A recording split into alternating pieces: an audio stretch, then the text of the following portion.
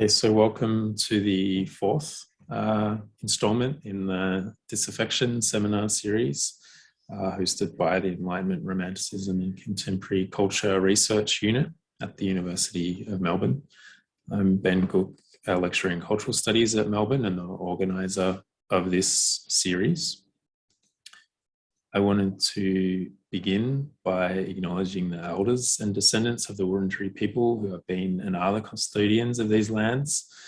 We acknowledge that the land on which we meet was the place of age-old ceremonies of celebration, initiation, and renewal, and that the local Aboriginal peoples have had and continue to have a unique role in the life of these lands. I'd like to pay respect to elders past and present and acknowledge that sovereignty was never ceded and that the struggle for justice continues.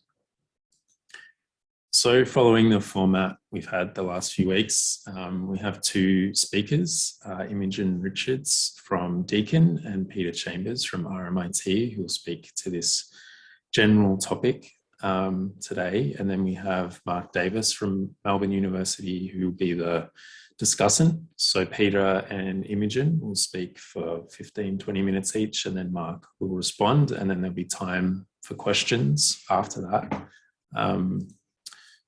So we're going to start with Imogen, if that's okay. Imogen has some slides to share as well. So I'll hand it over to you, Imogen. Great, thanks, Ben.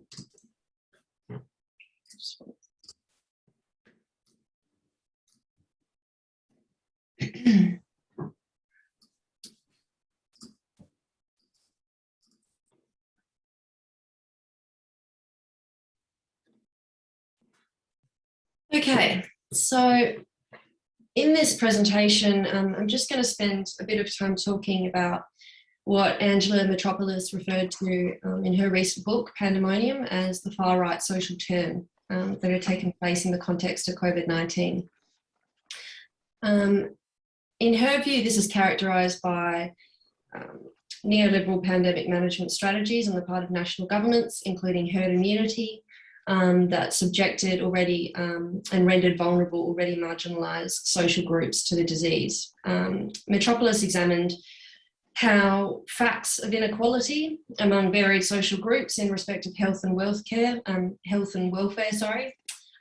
were treated in eugenicist and classist terms as teleologically inevitable.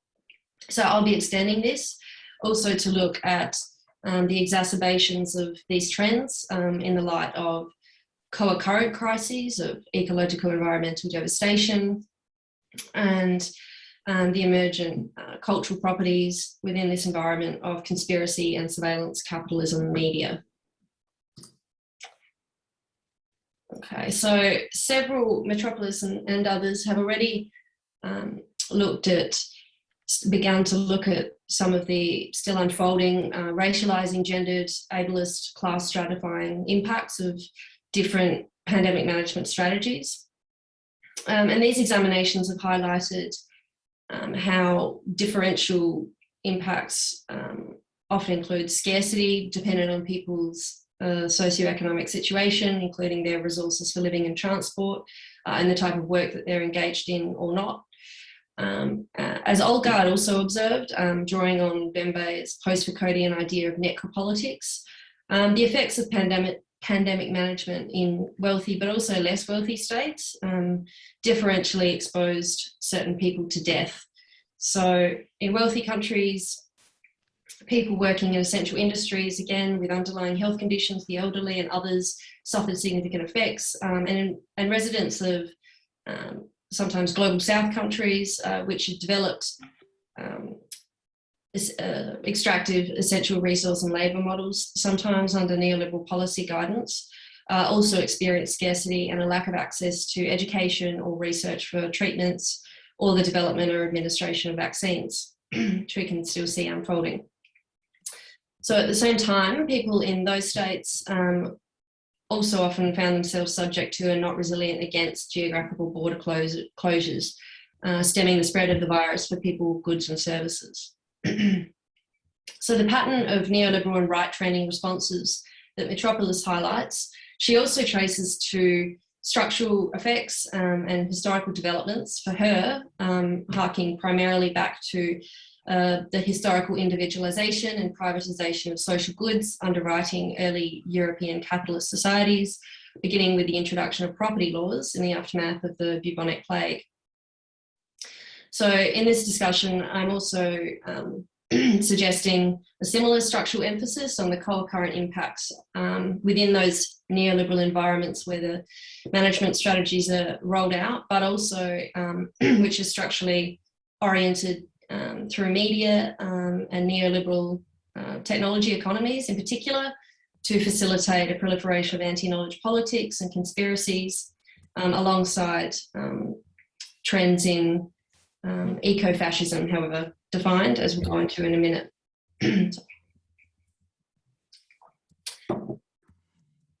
So I am also suggesting that the far-right turn we see in the context of COVID-19 represents some of the, I guess, the interstitial nexus points of these co-occurrent crises. So just in terms of the immediate explicit relationships, there seems to be a relative consensus now. I shouldn't say consensus, but there seems to be significant scientific agreement that the pandemic was brought about by anthropogenic activity, the destabilization of natural ecosystems from extractive and agriculturally intensive industries. So herd immunity strategies, though, obviously in response to some of the pandemic's worst effects, were also revealed by the US CDC and the Office for National Statistics to disproportionately impact socioeconomically already disadvantaged communities. So then moving forward with, again, a reinstantiation of these herd immunity strategies and political rhetoric in post-lockdown societies, although the discussions of risks and benefits are complicated,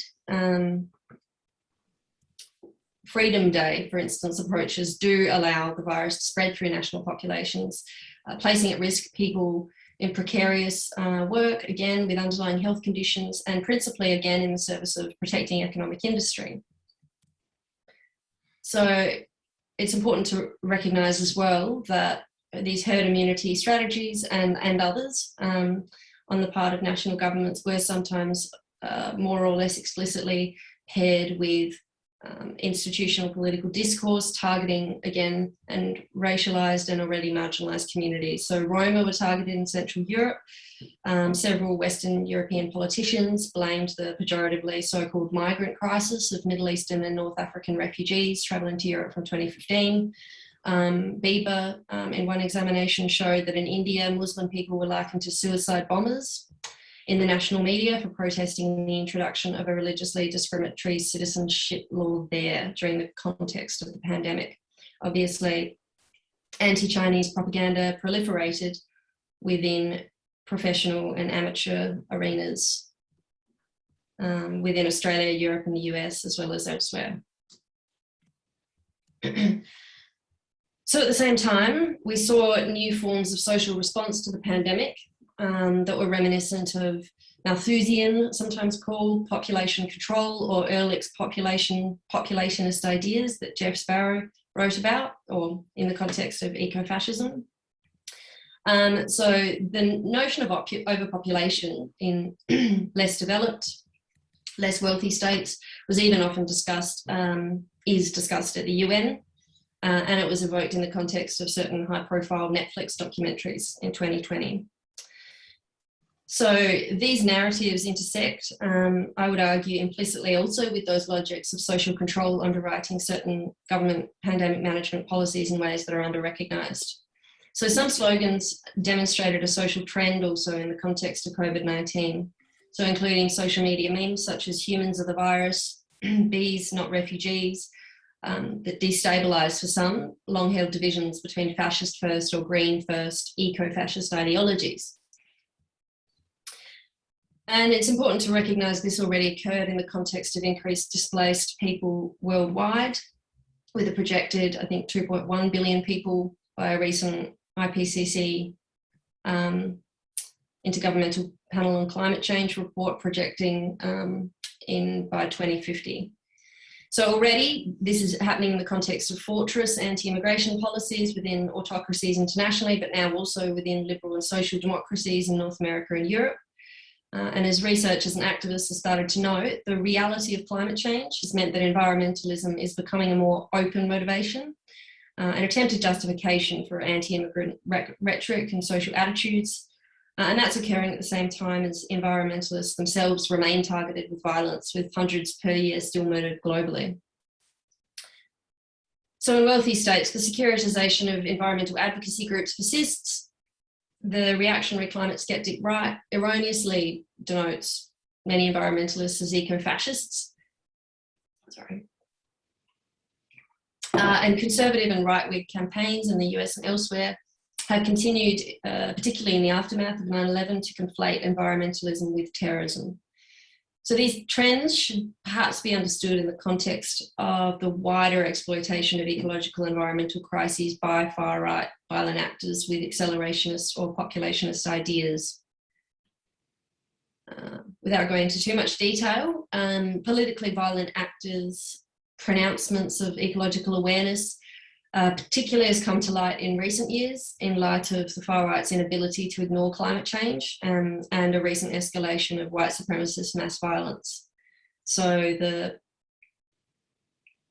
often cited evidence of eco-fascism is held to be the so-called manifestos of neo-Nazi actors who commit mass murders. So Brenton Tarrant, the Australian who murdered 51 worshippers in Christchurch in 2019, described himself as an ethno-nationalist eco-fascist, citing ethnic autonomy for all peoples, in quote, with a focus on the preservation of nature, the natural order. Patrick Crusius, whose mass shooting in a Walmart store in El Paso, Texas, led to the death of 23 people and targeted Hispanic and Latino people, named his manifesto The Inconvenient Truth after Al Gore's climate change documentary. In that text, he wrote, I won't read all of it, but as I think Jeff Sparrow also quoted in his article, if we can get rid of enough people, then our way of life will be more sustainable. So in other global north contexts, and indicating institutional crossover, far-right identitarians across Europe have deriving from the youth wing, partly of Marine Le Pen's former Front National, have long professed ecological environmental concerns. So while advocating for the establishment of camps around Europe to house so-called legitimate refugees, generation identity leaders sought to blame globalist elites for the degradation of the environment, and they advocated for the deportation of non-white Europeans from the European mainland. So the pseudo-intellectual commitments of such actors and their communicative expressions, I argue, work coterminously with these wider networks of climate change responses and responses to various social crises to effectively legitimate various forms of far-right violence through state and non-state means, or statist and non-statist means, I should say, in institutional and non-institutional political venues. So it's incumbent, I think, to look beyond the explicit pronunciations of far-right violent actors to the multi-mediated domains in which ideas conducive to the exploitation of eco-fascist and other violent agendas are enunciated. So I would also suggest, following several others, that a consequence of emphasising the environmental agendas of far-right actors in uncritical fashion is also to risk obscuring the fact that those actors' professed concern with ecology and the environment is ultimately, with its notwithstanding as well, so it's, I guess, blood and soil provenance, is ultimately subordinate still and remaining historically working to the service of justifying many actors overriding interpersonal violent ambitions. So the various perpetrators I named, for instance, as well as others who have claimed the eco-fascist brand name, didn't choose to target a major industrial polluter, as in the manner of eco-terrorism. They chose to commit mass murder against a group of people, often worshipping a religion different to their own. So this ideological commitment is perhaps only coherent as environmentally oriented in the context of a brand of eco-fascist mysticism, perhaps.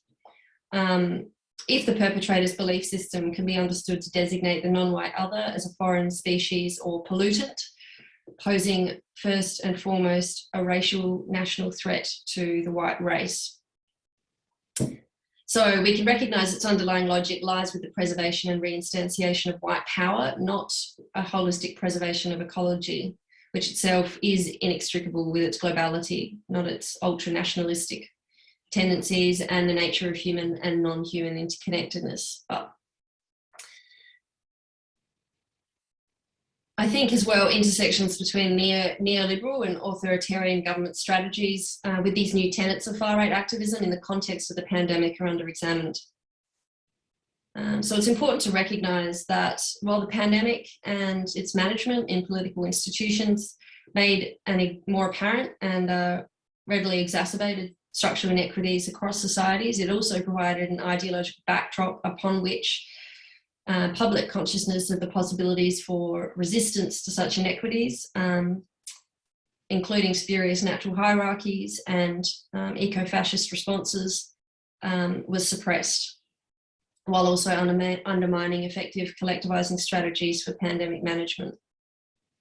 So, without drawing false linear comparisons, looking at this sometimes could be referred to as a contagion effect, and these different levels of mainstreaming, we can say that the intra-pandemic suffering of these already marginalised communities was constructed also through political messaging, but various forms of media in Gramscian terms as common sense.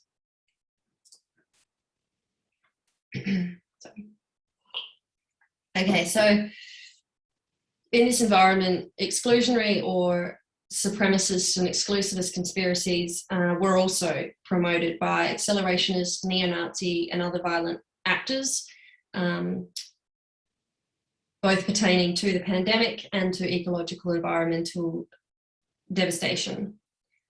So some actors included such extreme right actors as neo-Nazis from, for instance, Atomwaffen division, as well as far-right influences within the more populist QAnon movement. Okay, so across several of these different layers, far right, broadly writ, individuals and organisations exploited ethno-nationalist accounts of so-called civilizational histories, also pushing contemporary conspiracy notions of a great replacement. So referring here, the narrative, conspiracy narrative, referring to people of European or white cultural descent being demographically substituted for people of different cultural backgrounds. So in covert extreme right media across the US, Germany and Italy, political actors on Telegram, for example, communicated narratives that vaccines were part of a replacement conspiracy to sterilise white populations, that the vaccines were actually lethal, or that they would otherwise present a means to detain detain people in concentration camps in retribution for the Nazi regime's murder of more than 6 million Jewish people. So the undesirable effects of COVID-19 were exploited across not much time, various websites as well, extreme right websites. So the Twitter imitation Gab, Iron March, its derivative Fascist Forge, where various other organisations communicated narratives such as remain indoors, referring to an instruction to stay home, and read James Mason's Siege in preparation for the coming inevitable bloody race war. So important to recognise that not all of the extreme right responses to the pandemic and to climate change were denialist, but accelerationist in those terms. Doomsday ideologies were also seen to promote then the coming of the end times, or the day of the rope, evoking William Pierce's The Turner Diaries, which described a neo-fascist plan of mass lynching journalists, politicians, and white women in relationships with non-white men. So indicating the extent of institutional mainstream or entryism type of connections, this narrative, or great replacement narratives, I should say, form a dominant propaganda focus for far-right actors. So, as well as the title of Brent and Tarrant's so-called manifesto, this was the subject of Sky News commentator, now Lauren Southern's documentary about South Africa. And it was recently almost directly espoused by Tucker Carlson, a Fox News host, who stated in April 21 that the US Democratic Party was trying to replace the current electorate with more obedient voters from the third world. So just the very last dimension of this intersection, highlighting also, I guess, the structural influence and imperatives of those neoliberal technologized environments in question, is the influence of the surveillance capitalist media. So, let's see. The QAnon theory, for instance, distributed largely through platforms administered by Silicon Valley, big tech, but also in the frames of surveillance capitalism, holding partnerships with apparatus, particularly of US national security, was proliferating. So QAnon, such to the extent that it had, one journalist found a Guardian investigation found 4.5 million followers of QAnon channels on Instagram and Facebook in August 2020. So just to briefly explain, for those that aren't aware, the far-right provenance of the theory, briefly it holds that an underground network of satanic international child exploitation is run by Jewish global political and commercial elites, historically featuring Hillary Clinton via underground tunnels in Pizzagate, while microchipping through COVID-19 vaccinations was conducted by the Gates Foundation for Mass Surveillance. In the narrative, deep state operatives hostile to Donald Trump were aligned with non-state political actors such as anti-fascists in the US, who were themselves allegedly directed by, for instance, the billionaire Jewish philanthropist and World War II refugee George Soros, and it goes on. So, importantly, but there isn't time really for me to go into, cultural Marxism theories derived from historical racist conspiracies of Judeo-Bolshevism and cultural Bolshevism were also apparent and proliferating in mainstream arenas, as were Islamophobic tenets of the conspiracy theory of Eurabia. So I guess lastly, just to say in terms of those surveillance capitalist technologies, further to the post 9/11 context in which they are administrated, in the war on terror context, various, I suppose, important impacts of their contribution toward that right trending or far right social turn in the context of a pandemic and environmental breakdown are their capacity for large psychological operations, such as the Cambridge Analytica and aggregate IQ influence over Brexit and the election of Donald Trump. There's also more specific connections as well, such as the Clearview AI software that in the context of the pandemic was used to surveil Black Lives Matter social movement and also to administrate COVID-19 infection tracing in several US cities. And that software, there's actually several even legal challenges from run by states now against the software, was developed by Republican power broker Richard Swartz, an Australian man, Hon Tom That, and also had funding from right-wing billionaire philanthropist Peter Thiel. The founders had several various connections, social and practical as well, to figures such as Charles Chuck Johnson, Peter Thiel obviously, Richard Spencer, and Mike Cernovich, who was the chief proponent of the far-right Pizzagate conspiracy. Okay, so I'll just say that one thing that Zuboff's theory can't really take account for are the various aggregate effects of those technologies within the environment of fortress policies in response to mass migration, at the same time as wealthy states are contributing to the greatest exacerbation of climate effects. And I would say in the light of those developments, it's important to investigate some of how those themes of responses to climate change are vulnerable to the cooptation of far-right elements. And more explanation or exploration, I think, is also needed of other discourse related to the far right and the environment that might be said to constructively problematize or challenge some of those nationalistic and exclusivist responses and dimensions leading to crisis social thought. Yeah, might stop there.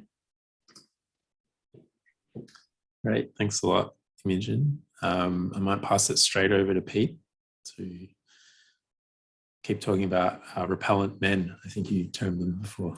I think that's a fair description of where we're going here. So let me just start by sharing the first screen. I got up yesterday morning very early and kind of brain dumped what I thought was going to be the transcript for like the 20-minute talk, nice and tight, and ended up going extremely long. And I realized that I've got a lot to sort of say about this material, and it's still kind of finding its own structure. So I'm in a situation where I've written 2 papers about aspects of what I'm going to talk about, but what I'm really interested in now has not yet congealed. I don't want to present myself as an expert on incels or the far right as Imogen is. So I'm a bit of a tourist in some of these realms, but I do have teaching experience here. So the 6 questions which are on there was my way of trying to kind of boil this down in a way where I would give like 3 to 4 minutes to each question very roughly, and that would kind of get us to time to give myself an external structure so I don't go off on tangents too much.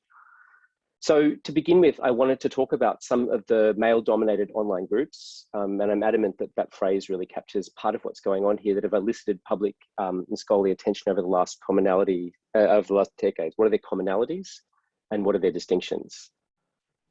More particularly to kind of draw this a little bit towards incels as the way of exemplifying what we're talking about by way of alienation and anxiety. What's the role of the 2010s manosphere, and like how might it be different to sort of earlier movements like we will see with Tom Cruise in the 90s, misogyny, and also this notion of sex and sexuality and picking up as bestowing manhood on people who gender themselves as men and seek this out.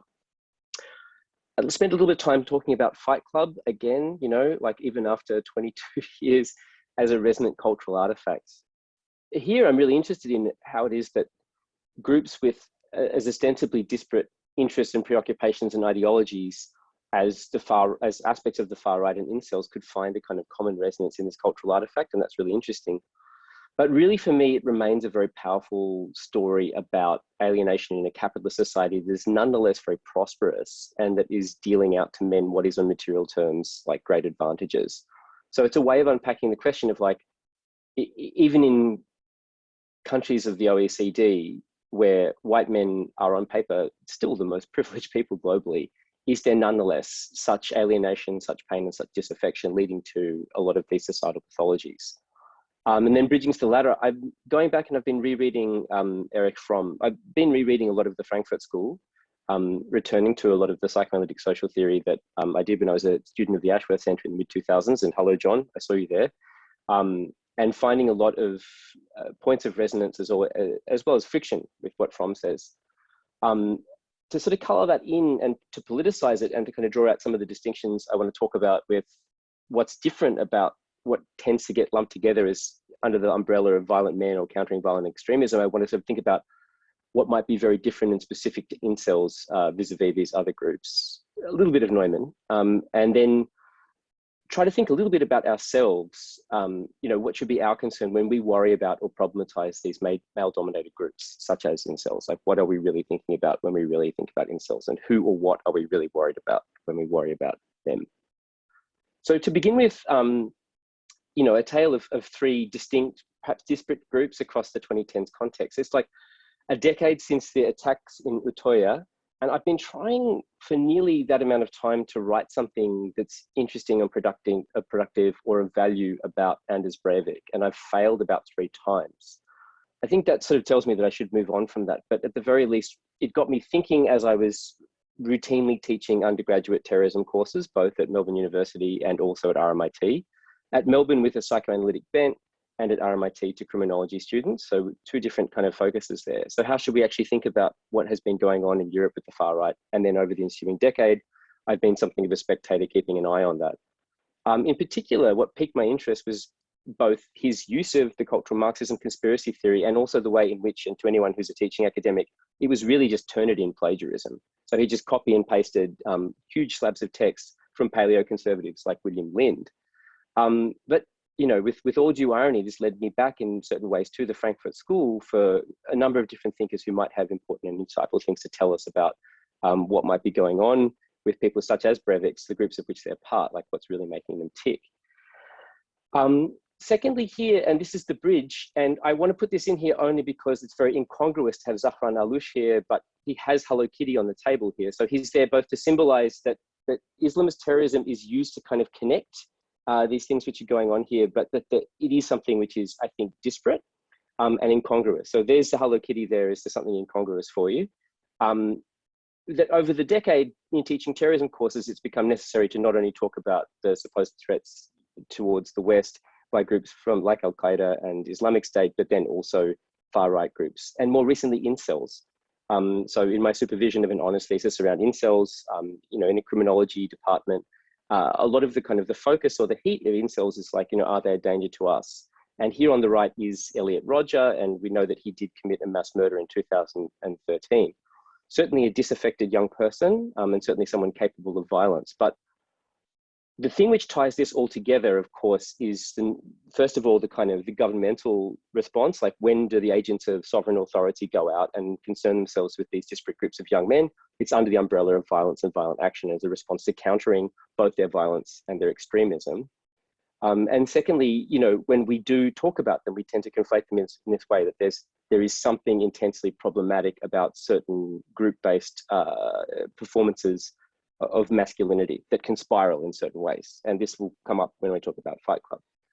So I think that sort of shows a little bit about the drift of my interest, as well as that, how that can be overall thematized. But looking just at Rodger on our right, what's been going on with those groups of men who in the 2010s had preoccupied themselves not with warfare and with paramilitary action, but with seduction.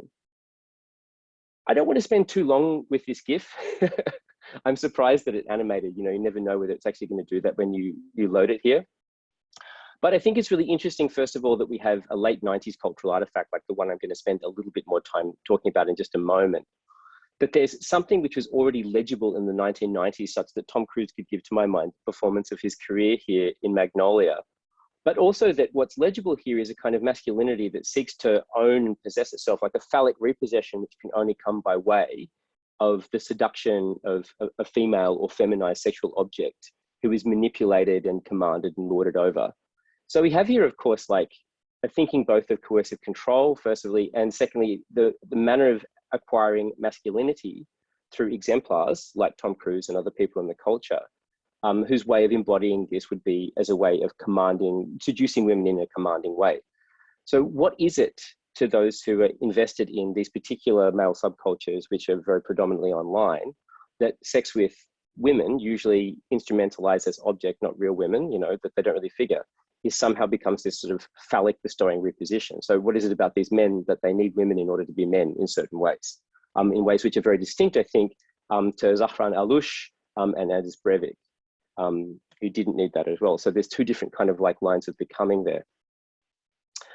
I think what's really interesting, and this sets up a further distinction between the manosphere generally and the pickup artist, is the pickup artist is always a person who believes that he can acquire the skills which will render him capable of seduction and destruction. And by doing that, he will attain a kind of mastery, which will give him a sense of masculinity and become a man worthy of dignity and respect, at least to himself and his male peers. But in contrast, of course, with incels, what's so striking about this particular group when you look at the patterns of their online discourse is that it's something where one is unable to do what one wants.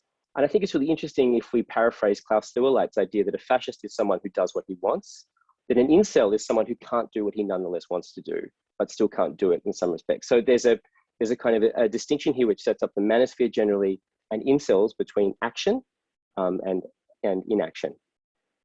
So it's very interesting to me when we look at Fight Club as a kind of resonant cultural artifact. And if we pause both on the kind of the incarnation, the very carnal, like, you know, white Frankston angry embodiment of someone like Blair Cottrell, and then we think about the stereotype of an incels and the way that incels do stereotype themselves, what is it about Fight Club that it remains a resonant cultural artifact? Like, why do incels and people like Blair Cottrell take some kind of feel some sort of resonance in a film which is about alienation and anti-capitalist direct action leading to the cancelling of global credit card debt? I mean, that sort of bit is always the bit which gets kind of yada yada out, I think, when Cottrell and is like. So I think it's worth kind of pausing and thinking a little bit about the film, because here what I'm also trying to do is like transition to think a little bit about Erich Fromm, you know, because Erich Fromm's critique of Marxism is, of course, a critique about materiality, change in the mode of production, the change of ownership. Is like you see, but by the same society, his critique both of Leninism and all existing forms of socialism is that just by changing the owners, we're not really going to change that much, etc. Because we need to address the problems of alienation. So what are they, and how are they so clearly, I think, and so well exemplified in Fight Club? Well, to begin with, we have the story of the narrator.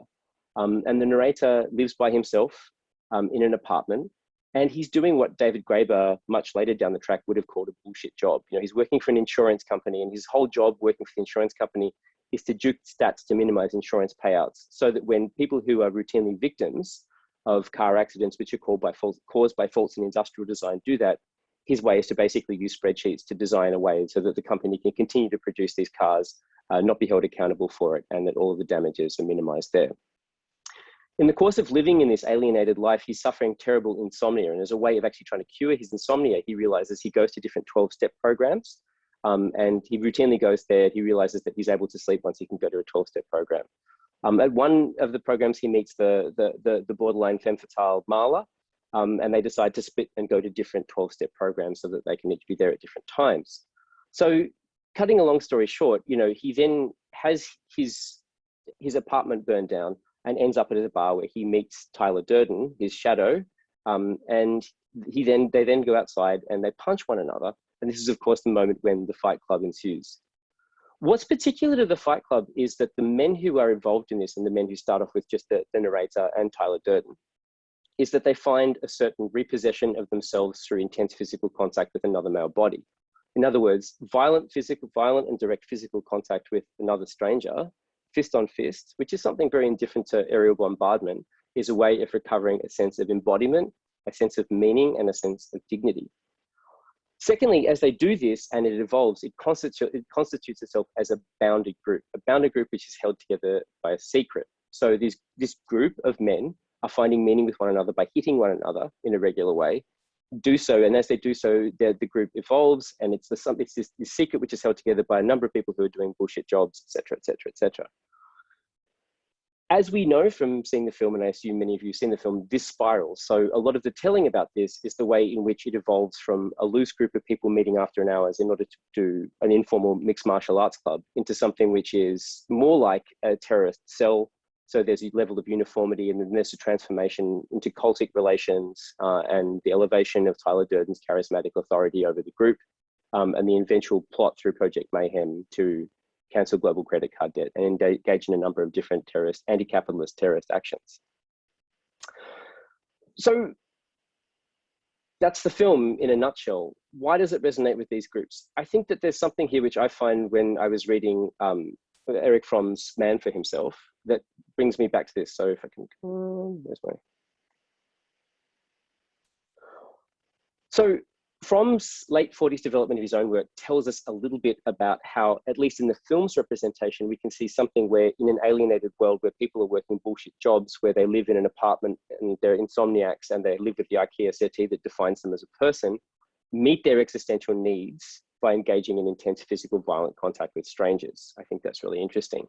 So first of all, Fromm says that we all have a need to relate to one another, and that this takes place through different modes of relatedness, which he spends some time going at. So we have this basic issue of relatedness. Secondly, that there is a need to create and produce. So productivity is a basic human need. Thirdly, there's a need to put down roots or en route and have solidarity with a number of different groups. Fourthly, there's a need to have an identity, to identify with a group and to have one's own identity. And finally, I think this is a really interesting point, that there's a need for a unity of order and orientation. That's a kind of more Schmittian phrasing, which I put in there, but it's practiced as a kind of devotion, what I call worship there. I think what's really interesting here is that if we can kind of get away from a lot of the late 90s slightly Naomi Klein, no logo anti-capitalist shtick there, which, comes in the wake of the Asian monetary crisis and a lot of the different politics that were contemporary at the time. What we can nonetheless see is that it seems to me, at least, that different groups are still finding resonance in this because they notice that the Fight Club imbues the different male subjects in there with a way of being a man which has worthy of one's own respect and esteem, and meeting one's own existential needs in an alienated society through a practice of violence, which kind of repossesses one's own existential needs, that by fighting with one another and by doing so as a bounded group, held together by a secret, that we can relate to one another, create and produce with one another, have solidarity with one another, identify as member of Fight Club, talk about Fight Club, and that doing so is a kind of a style of worship. I think it's really interesting that Fincher both sees that this puts the group on a deadly spiral, which goes out of control, and that he kind of wimps out in the end by sort of, spoiler alert, saying it was kind of all a dream, and using the pixies as a way of kind of analyzing that. It's also really interesting to me to think about this film in relation to Point Break, and how unfortunate it was that we got a sequel to Point Break, but we never got a sequel to Fight Club, at least as far as I know, because it would have been interesting to see what happened the day after, after the orgy, the laundry. So like, once they take down the power and become the man, what do they then do? I'd love to know the kind of the part 2 of all this, or it could be in the 9 or 27 parts of elaboration that Star Wars is at, which my kids are obsessed with now. I still only know the 3 basic films. All right, so this is what I take as maybe beginning to tell us a little bit about why we might want to read Erich Fromm, and why he has some things, certainly not everything to say, but some interesting things to say about how in a society which meets many of people's material needs, where there are categories of person and groups of people who gendered themselves men, who have like materially and incomparably advantaged situation, nonetheless feel a deep sense of disaffection and anxiety, and how those needs for connection can be met, or tend to be met, through violence, direct violence and direct physical contact with strangers there. I think that's quite interesting to me, at least. But what's the political salience of this? Like if Blair Cottrell and his mates are down somewhere in Seaford, punching each other up, does that have any political valence, right? If we take that there. So this is obviously probably far too detailed. So this is the unsolicited eye test in my presentation, and you've all passed. It is too small, you're right. I think what I'm really trying to get at here is that there's a number of ways in which both inceldom and at least the first half of Fight Club here, which I'm trying to join together, really dwell on what we could put here in the social category here. And I think one of the things which Neumann's really excellent at getting at is that psychological alienation is something which is old as modernity. So this is part of his critique of the drive theory, the post-war uses of drive theory by some of his colleagues in the Frankfurt School, especially by Adorno and Marcuse, that he draws it much further back to the role of alienation in Marx, and also through Kierkegaard, Nietzsche, and so on and so forth. So by bringing the psychological back and saying, well, psychological alienation is just a problem of modernity, what therefore is specific to the mid-20th century mass societies in the Cold War that Neumann was writing about when he wrote Anxiety and Politics in the mid-1950s. One of the things which is really strikingly strikes one as kind of contemporary, or at least untimely, about the Anxiety and Politics essay is the way in which he really pinpoints that when social alienation becomes a salient point for all of us, for society, when alienation becomes a societal issue, is when we live in a competitive capitalist society, right? So that first of all, we have, oops, we've gone ahead there. We have a competitive society in which people direct harm towards themselves and towards others, and large groups of people engage in persecutory blaming. Of course, for Neumann, he's interested both in conspiracy theories and when Caesaristic leaders, as his phrase, can use this for political manipulation. But I think the most interesting thing here is really what he harps on, is it's when you have a competitive capitalist society, where you have a zero-sum Spencerian game, where you're either a winner or a loser and everybody's in a hierarchy. So we have Hunger Games if you're a millennial, or Beyond Thunderdome if you're a Mad Max generation like me. All of these things are fine, and it leaves us with the first part, but when does it become politically salient? So really, Neumann, borrowing a lot of these ideas from Lasky and from Mannheim, really hews to this idea that we live in a complex society with value plurality. So we don't live in a simple homogeneous society anymore. So because we're a plural and complex society, there's always going to be dissensus, and there's always going to be conflict over norms. So the political salience of any of these different groups of disaffected people here really has salience when we have large-scale polarization. And the inflection point is when those anxieties can be rendered visible in public and then manipulated by a Caesaristic leader. So at least we have a heuristic there. We have a heuristic there to ask ourselves, at what point does this become politically salient? In other words, you know, if everything is dangerous, which is the dangerous danger now? And I think that's something we can use to really think about inceldom. And we can think critically a little bit whether the example of Elliot Rodger is not in some ways one of the anomalies that proves the rule, the consistent rule when we look at incel cultures in particular. In other words, like if I'm going to boil this down and just to sort of tell you, like, are incel subcultures necessarily politically threatening in the same way that different parts of the alt-right and far-right are? No, prima facie. And has the threat been overrated, I think, and is inceldom conflated with other parts of the far-right and different parts of, you know, Salafist Islamist groups? Yes, it has been, you know, and wrongfully, perhaps we should look a bit more closely and a bit more critically about how these categories are fitted together, especially within the kind of paradigm of countering violent extremism. Is it violent extremism? There's more going on. Okay, so that's sort of adjacent there. So who or what should be our concern when we worry about or problematize male-dominated groups like incels? There's a few different things we could think about here, but I think if I wanted to go through, one of the things you notice when you look very closely at incel discourse is that incel discourse is completely obsessed with hierarchy. Hierarchy is a completely zero-sum game, and it's completely naturalized. Hierarchy is something which is, we're really back in the world of Herbert Spencer here, that one is given one's position in the global birth lottery, and one is either gifted or ruined from birth. So there's a very strong and repetitive emphasis in a lot of incel discourse on this idea of genetic inheritance and nature, and that one's body, and particularly one's face, is a kind of fate.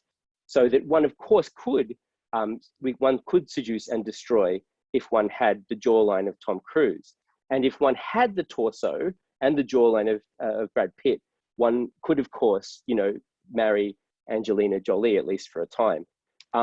You know, but because one has a very weak jawline and bug eyes, that one is completely ruined for life, you are never capable of receiving love, and your life is basically over. So hierarchy plays out as this extraordinary powerful narrative about fate. But at the same time, when you look closely at incel discourse, I think one of the things which is really interesting is the contradiction there between nature and culture, because we still live in a censorious culture dominated by a wrongful elite who denies men what would in previous cultural milieus have been their entitlement, which is this entitlement to sex. And this is, of course, where cultural Marxism and also feminism is fit in here. So the critique of feminism among incels is only that it's produced a censorious culture which demands men, including low status by their own recognition and ugly and unattractive men, an opportunity for sex which would give them meaning and esteem and masculinity that would have occurred in previous cultures. So we can see here that there's a sort of sense of like hierarchy and nature as fate. And that's really, I kind of read it as like somewhat symbolic of the read of global capitalism. And then there's all these cultural factors, which are kind of both rendered contingent, but also are constantly being done to and happening to the incel groups. In other words, the incel groups do not tend to see themselves or expect themselves as group agents in the culture who are affecting political change in any meaningful way, at least as far as they speak on incel discussion forums, right? They might have other discussions with other group of which they're a member. The discourse is like obsessively repetitive because there's only a very limited repertoire of things that one can reasonably say and remain an incel because you get kicked off. If you start talking about like, you know, vulnerability and interdependence, right? You don't suggest Pema Chodron or Tara Brach on an incel forum and remain on that forum typically. So I've spoken about hierarchy, which is extraordinarily important, and the nature-culture divide, which is really kind of the contradictions in their thought.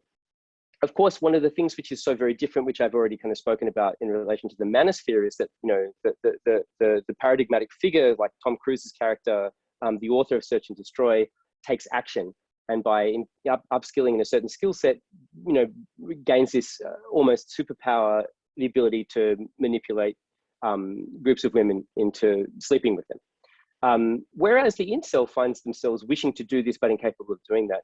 Instead, there are these two external groups. There's Chad and there's Stacy, and Chad is the fella on the right, and you know and the incel is a figure on the left. This is a guy who's got the jawline, remember? So Chad is somehow out there and constantly like having sex with all of these women. So like in one of these really like revolting but quite memorable quotes in the thesis which I supervised, Chad calls Stacy, he calls girls around to his apartment like he calls a pizza, and he fucks them, right? So there's this idea that you just, when you're Chad, you just get on the phone and you call up people. There's no sense of anything to do with skill. Again, it's a complete sense of male entitlement, but just something which is very jealous. But when you dig a little closer, again, there's not really the notion or category of women here, even as an object of misogyny and misogynistic hate, is something which is very blank and very underdeveloped. In other words, when you look a little bit closer, really everything is all about Chad. So it's an extraordinarily Chad-centric discourse. In a way, it's a really interesting space because it's a way for groups of men to talk about this other fantasy figure of another man. There's not really any three-dimensional discussions of women there in any ways, which shouldn't surprise us. But when you actually look at the patterns of discourse, the intensity of the repetition is quite striking there. Nonetheless, what are we really concerned about when we worry or problematize male-dominated groups like incels?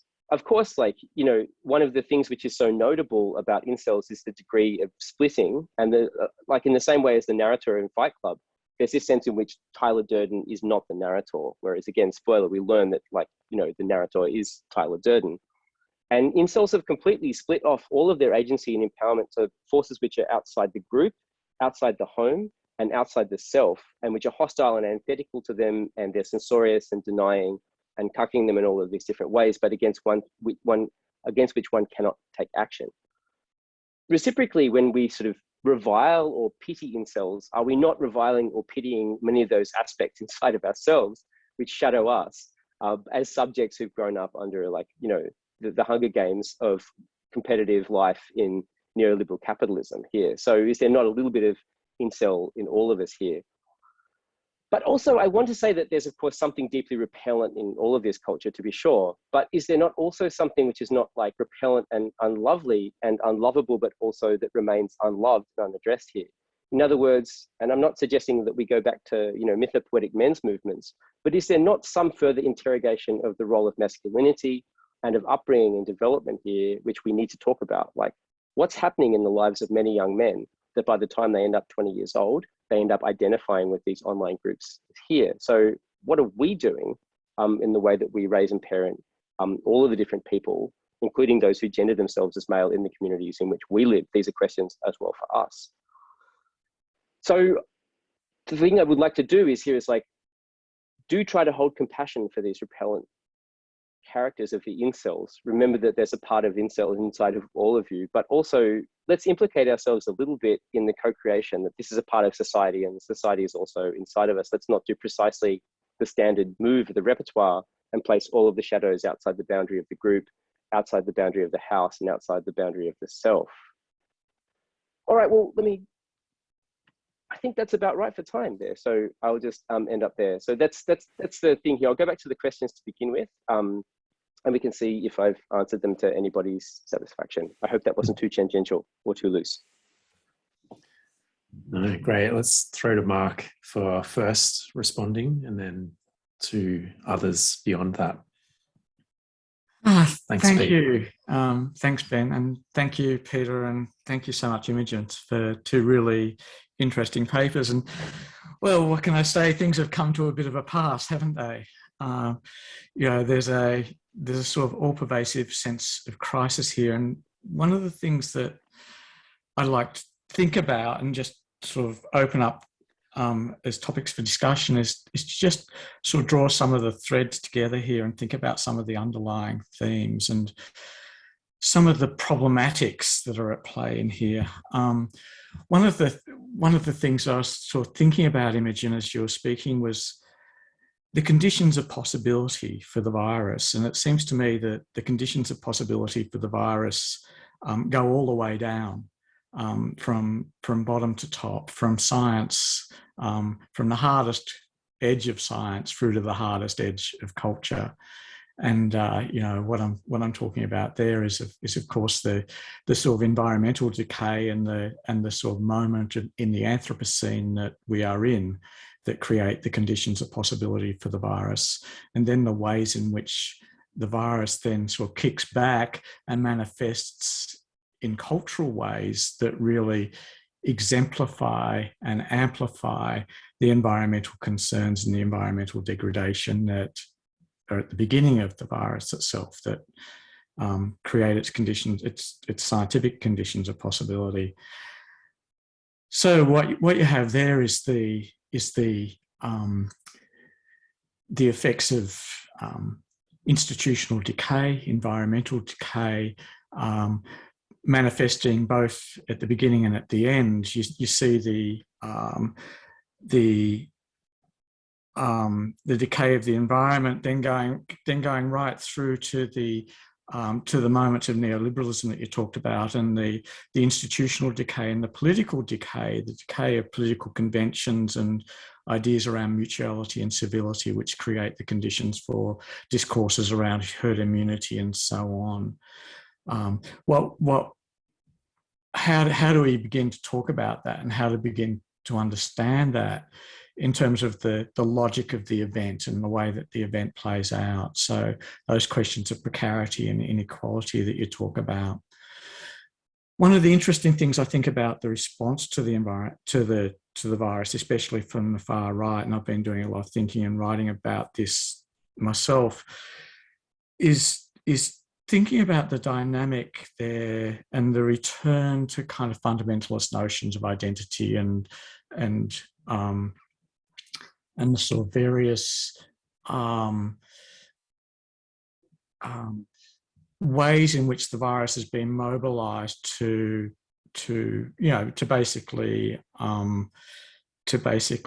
promote and recruit around white supremacist agendas and around the far right, who are themselves a kind of manifestation of the forms of inequality and neoliberal decay that sort of run all the way down, as I've said.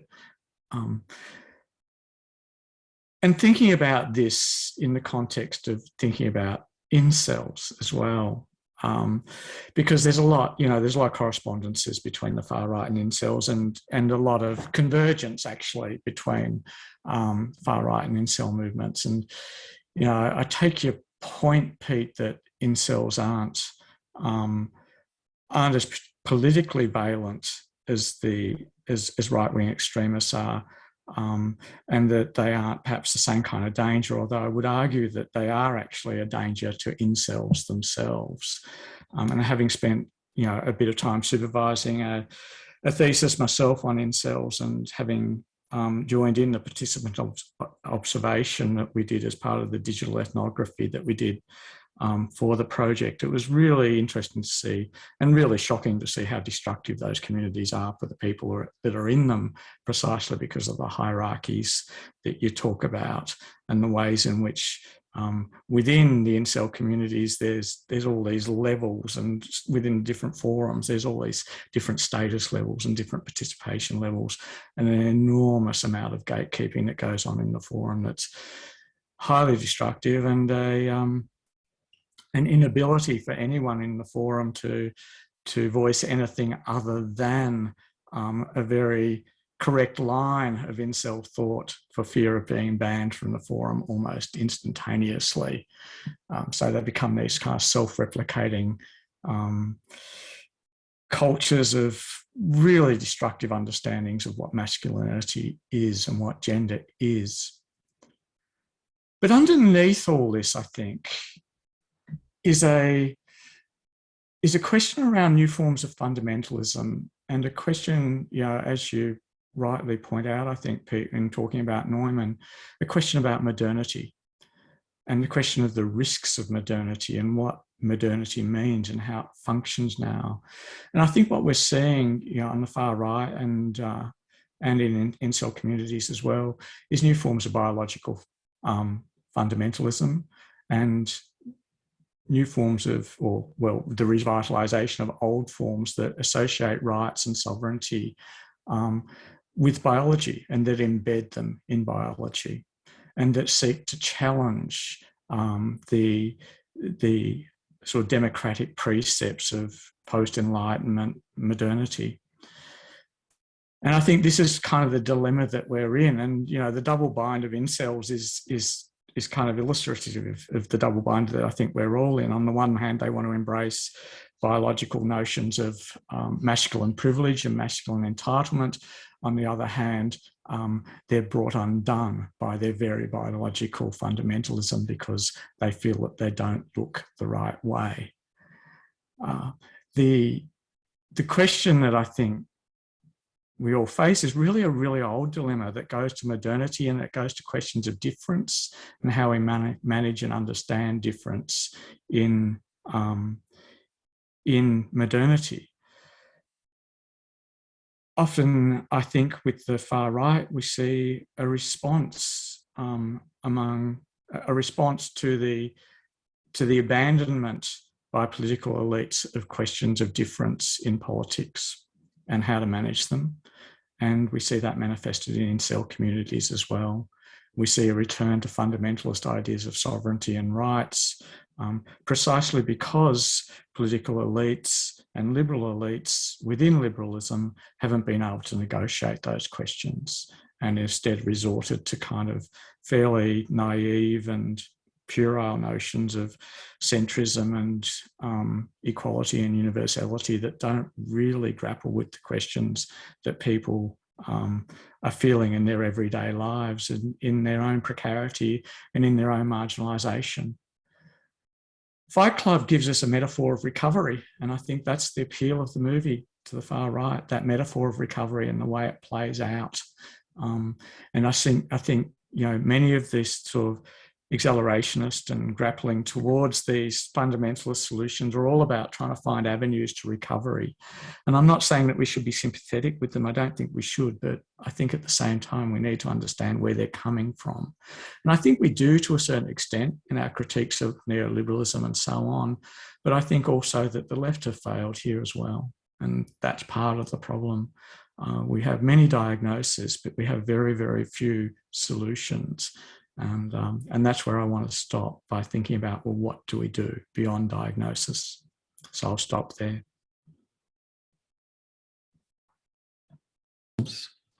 Thanks, Mark. I might see if Imogen and Pete want to respond quickly to your comments and then go to questions.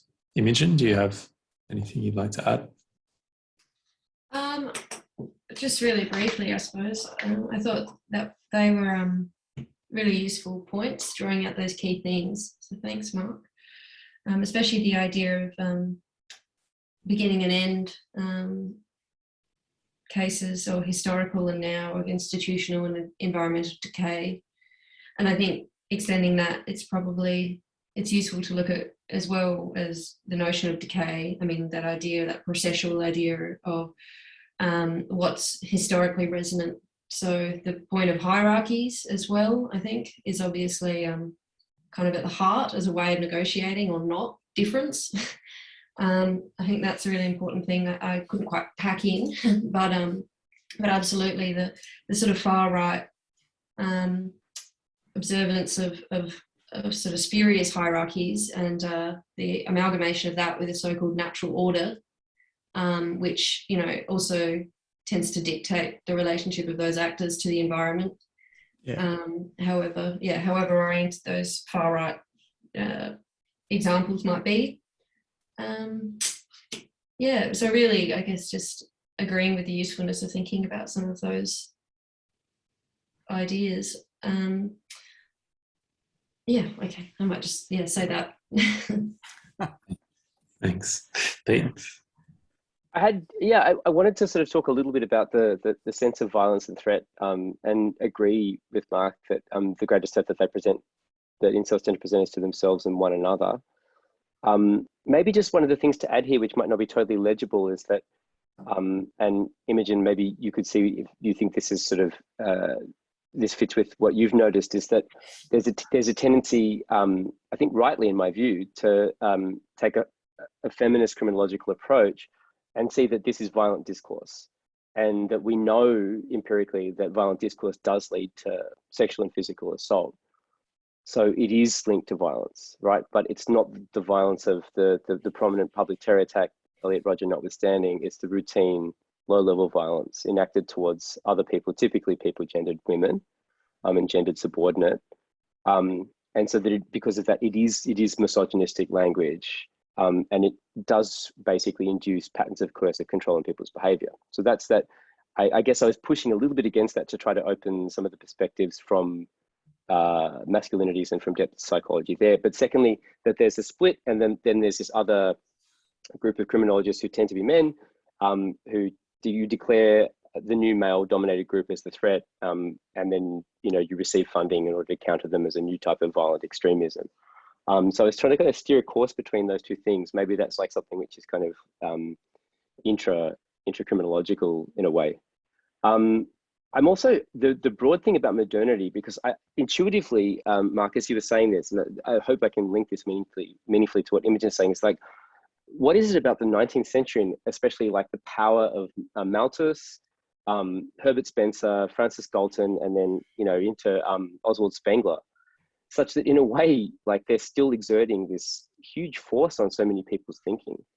That inside this idea which like always redounds to hierarchy, there are still all of these ideas from the really shit parts of the 19th century which are still percolating around in the culture. Like, when will we overcome the 19th century? I don't have an answer to that question. Never mind overcoming neoliberalism or whatever, but like, when will we get over Victorian England? It wasn't so great. Look, I think that question of modernity is a really interesting one. It feels like we're trapped within it and yet can't move beyond it, and yet don't know what to do with it. We reap its advantages, and yet its disadvantages are everywhere, every day. So how we negotiate that? And to me, that's the problem of the 18th, 19th and 20th century is the question of modernity that's never been quite resolved. And the Frankfurt School had a pretty good go at it, but kind of didn't quite manage it. And many of the problems that we're grappling with now are kind of unintended or perhaps intended hegemonic problems to do with the way modernity is unfolded. And neoliberalism tries to address those problems in its own particular way as well, you could probably say too. So where do we go from here? And I think it's really interesting that we're alert to all these challenges, and that as intellectuals, probably most of us here have a sense of what these challenges are, but there's kind of a hiccup in terms of getting to the next moment. And I don't know, maybe people in the audience have a sense of what that next moment might be, and how do we build on this? How do we build bridges, and what do we do? I think that's a really interesting challenge. And intellectually, we're not trained to do that. We're trained to analyze, right? We're not trained to project forward. And I think that's another problem with modernity as well, and the way that academic intellectual roles are circumscribed. Okay, ideas from the audience, solutions, questions. Yep, Ika, sorry. No worries, that's why it's down there. Thank you. I'm an academic from the University of Wollongong, and those were two fantastic papers. I kind of wanted to pick up more on the incel side of things. I'm sorry, incels always get too much attention anyway, but putting that together with what Mark was saying about the question of recovery, it seems to me that the incel is a really weird kind of stuck moment of dealing with that alienation and going, but there is no path to recovery. I'm trapped because my jaw is bad. And what you were saying about the incel forums and that intense gatekeeping reminded me of something a friend of mine told me about pro-anorexia forums back in the day, and one of the things she said was that a real feature of pro-ana forums was the leaving letter. So someone would write and go, look, I'm really sorry, but I need to recover. I want to be well. And that there was actually a kind of path into recovery from within the pro-ana community. And I'm wondering where the incels go when they get banned. Is there any way of tracking that kind of path to recovery or path out of inceldom? And is there any sense in which the solidarity that's being built on incel forums could be repurposed in any kind of way? For example, to cancel global credit card debt rather than just to kind of be violent towards women?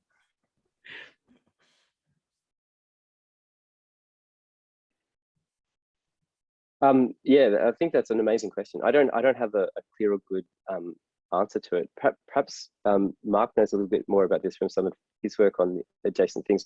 I do. They're actually the links with the pro-anasites has been noted and is quite notable.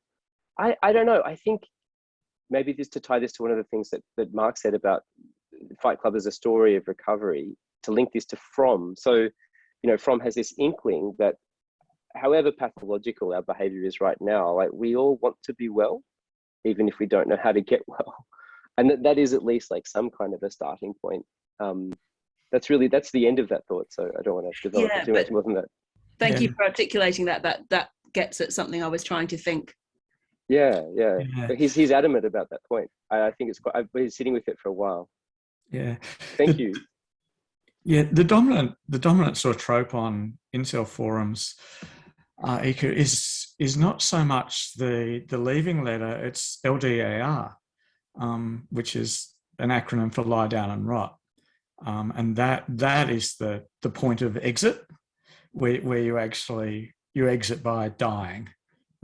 That's the way out. Yeah. So yeah, that's the vertiginous destructive spiral that incel culture kind of perpetuates and keeps generating. It's like this self-perpetuating magnetic field that just, there's not much way out of it for those. There's not kind of like a recovery moment on those forums. That's fascinating. Thank you. Yeah. It's like a 12-step program with no steps in it. Yeah. 12 steps to oblivion. There's a question in the chat, a comment and a question from Michael. I don't know, Michael, if you feel like unmuting yourself, or I can give a quick summary. All right, I can just say, you can read it. Okay. I was going to say, no, you go for it. I was going to say I can either write something in the chat or I can just sort of address it inclusively of the question. Well, I might pick up on this second point here, which is about possible link between colonialism and eco-fascism. Do you have any thoughts about that potential linkage? Yes. Yeah, so obviously germane to the questions of modernity we were just talking about, and as Michael has said in his comment and question, and thanks for that, what you've said as well, Michael. Yeah, so I think that's sort of, I was trying to signpost that to an extent, but it's sort of difficult to do just credence to every moving part, I suppose, in these intersectional crises and the people and places that they impact. But I think absolutely the fact of the means by which the pandemic has come about, the fact of what's contributing to all of these crises being itself not just belonging to really the Anthropocene, but, impacting it largely through, so I guess through the processes of,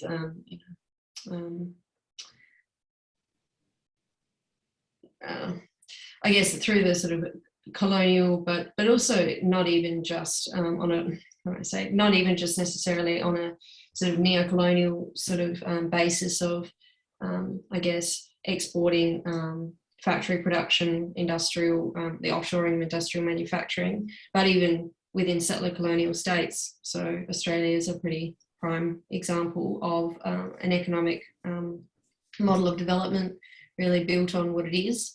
And I think that the relationship is, I think it's absolutely fundamental, for lack of a better word. What I was sort of saying in response to Mark about Mark's comment about the importance, I think, of hierarchies as a way of negotiating difference and displacement and all of these effects of the crisis and crises, is really this reinstantiation and reiteration of new forms of hierarchies, both in forms of domination over nature as well as over people.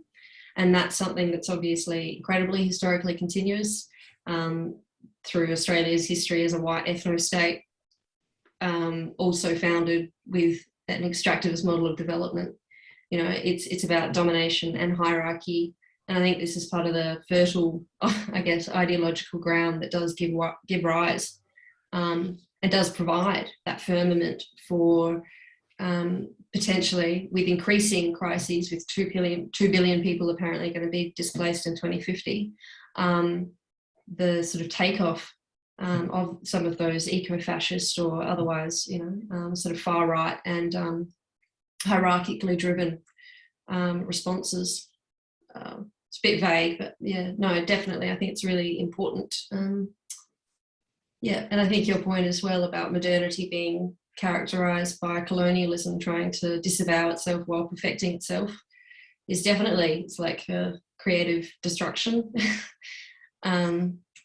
ongoing, or, that idea, again, eco-fascist, neo-fascist palingenesis, the razing to the ground, burning down, and the rebuilding of the nation state along racial national lines. I think just if thinking about ideas and ideology, yep, absolutely. That's major aspect of modernity and economic development that is sort of overlooked. Anyway, some ideas in response. Oh, you muted, Ben? Yeah, Mark, you unmuted yourself. Did you have something to say? I was just going to say that, yeah, I really like the Mignolo idea, and that really goes back to the dawn of modernity. I mean, you think about those key Enlightenment thinkers advocating universal franchise and the social contract and all those ideas in an environment that's growing increasingly wealthy, where people have become more affluent and reading communities have developed and so on, precisely because of colonial exploitation. So that's the double face of enlightenment, enlightenment and, the sort of illumination of humankind on the one hand, and on the other hand, it's all built on slavery. And that goes all the way through the history of modernity and colonialism. The other thing I liked in that comment was just the images of the rocket men. It strikes me that right and left, just about all of us are disaffected, right? Except for those guys, and they're building rockets and getting out of here, phallus-shaped rockets, and getting out of here as fast as they can. I heard someone say recently that, where once upon a time wars were brought about to burn up capital, now that these figures just have so much of their own capital to burn, they're literally like throwing themselves into space and burning it that way. So yeah, it's another way to read that. Okay, any other questions?